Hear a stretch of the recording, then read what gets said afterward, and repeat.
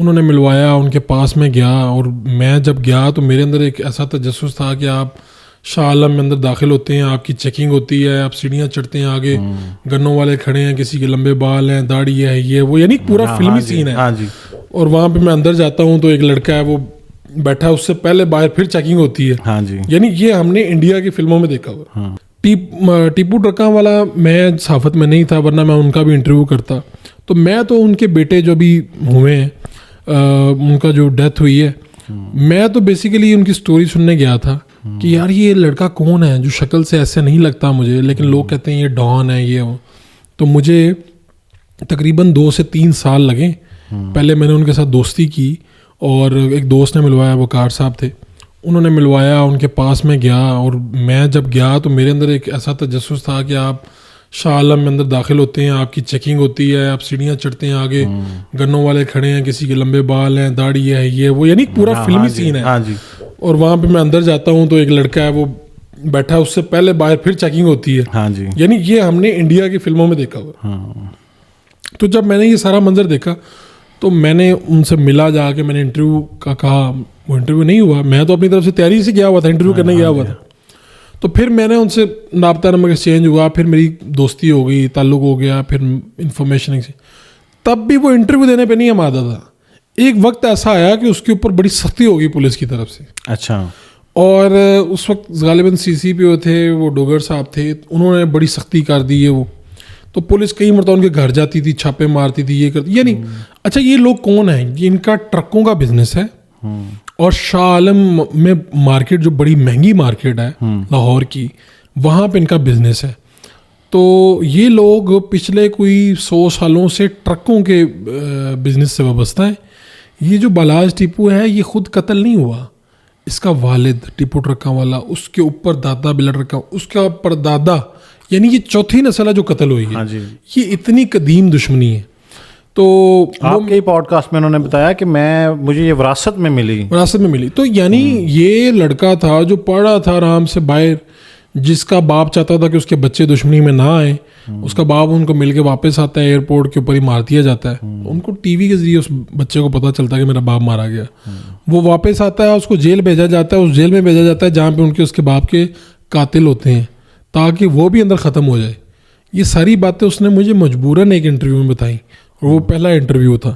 تو میرے لیے یہ ساری سٹوری ہے. اور دوسرا یہ ابھی بھی آپ دیکھیں کہ ایک بندہ اپنے منہ سے کہہ رہا تھا جب میں اسے سوال پوچھ رہا ہوں کہ اگر آپ کو مار دیا جائے, کیونکہ میں دیکھ رہا ہوں کہ 3 نسلیں قتل ہو گئی ہیں.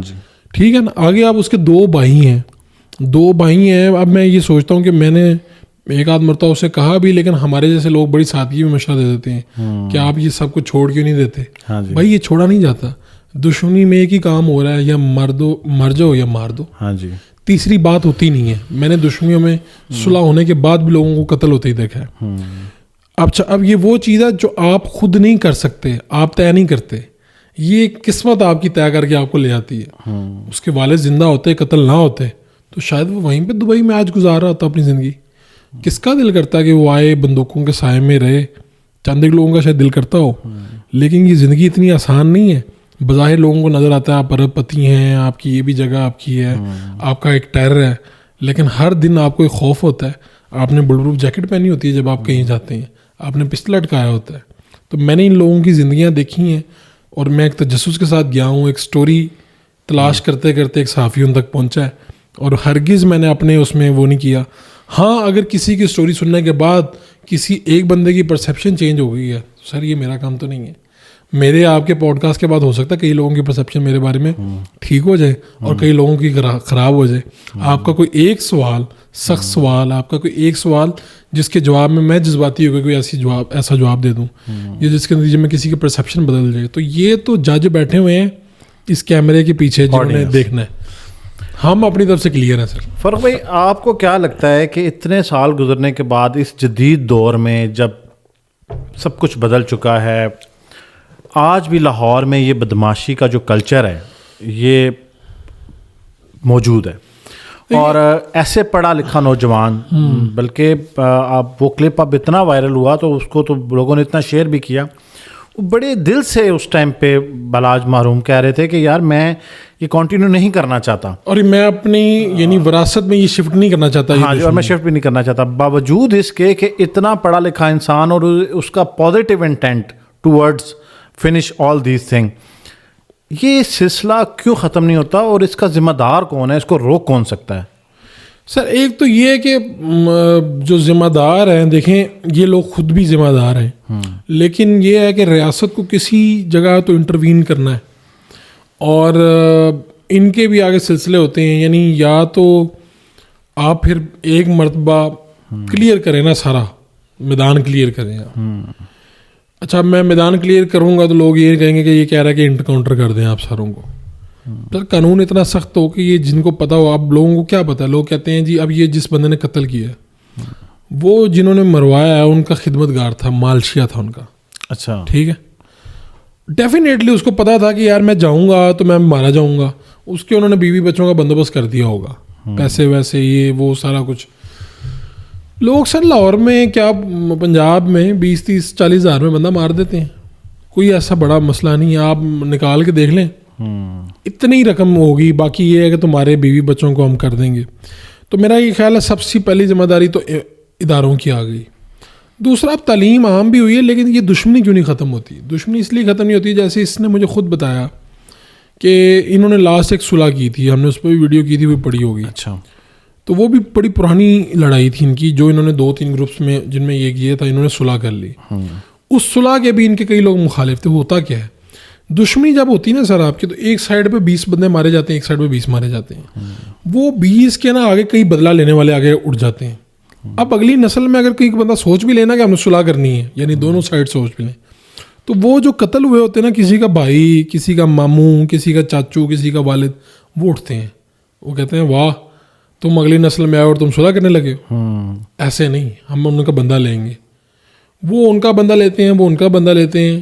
تو یہ پچھلے 70-80 سال سے چلتا آ رہا ہے, اور اس نے آگے بھی چلنا ہے. اب آپ مجھے بتائیں کہ اگر ادارے ان کے قاتلوں کو نہ پکڑ سکے جن لوگوں نے قتل کروایا ہے, صحیح, تو میں اس کے بھائی کو, جو کہ میری بڑی رسپیکٹ کرتا ہے, تو یہ تبلیغ کرتا ہوا کیسے تبلیغ کروں اس بات کی, اور کس منہ سے کروں کہ یار آپ کو اس دشمنی میں نہیں پڑنا چاہیے. وہ اس دشمنی میں نہیں پڑے گا, اپنی حفاظت نہیں کرے گا, اور کھل کھلا کے اس طرح باہر آئے گا تو وہ بھی مار دیا جائے گا کسی دن سڑک کے اوپر. یہی بات ہے نا. عابد باکسر کہتا ہے کہ میرے ساتھ کے جتنے پولیس افسران تھے جو مشہور ہوئے, یہ وہ مار دیے گئے. کیوں مار دیے گئے؟ نہ ان کے پاس بعد میں پروٹیکشن تھی, اس وقت تو وہ بڑے بڑے بدماشوں کے ساتھ لیتے رہے ویر. صحیح. آج اس نے اپنی سیکیورٹی کا بندوبست خود کیا ہوا ہے. سیکیورٹی کا بندوبست خود کیا ہوا ہے. 15-20-30 لوگ اس کی حفاظت پہ مامور ہوتے ہیں. وہ بلٹ پروف گاڑی میں جاتا ہے, وہ ہر فنکشن میں نہیں جاتا, وہ اپنی زندگی گزارتا ہے, اپنے گھر کے اندر گزارتا ہے. تو بات یہ ہے کہ یہ آپ یا تو ریاست جو ہے وہ اتنی تگڑی ہو جائے. ایک ٹائم آیا تھا کہ لاہور کے اندر وہ کہتے تھے جس نے گن نکالی نا باہر, اندر اس کو باہر نہیں آنے دینا. تو ریاست اتنی تگڑی ہو, لگایا ہو, دشمنیاں ختم ہو جائیں گی. لوگوں کو پتہ ہوگا کہ ہماری دشمنی کا جو بدلہ ہے نا وہ ہم نے خود نہیں لینا, ریاست لے لے گی.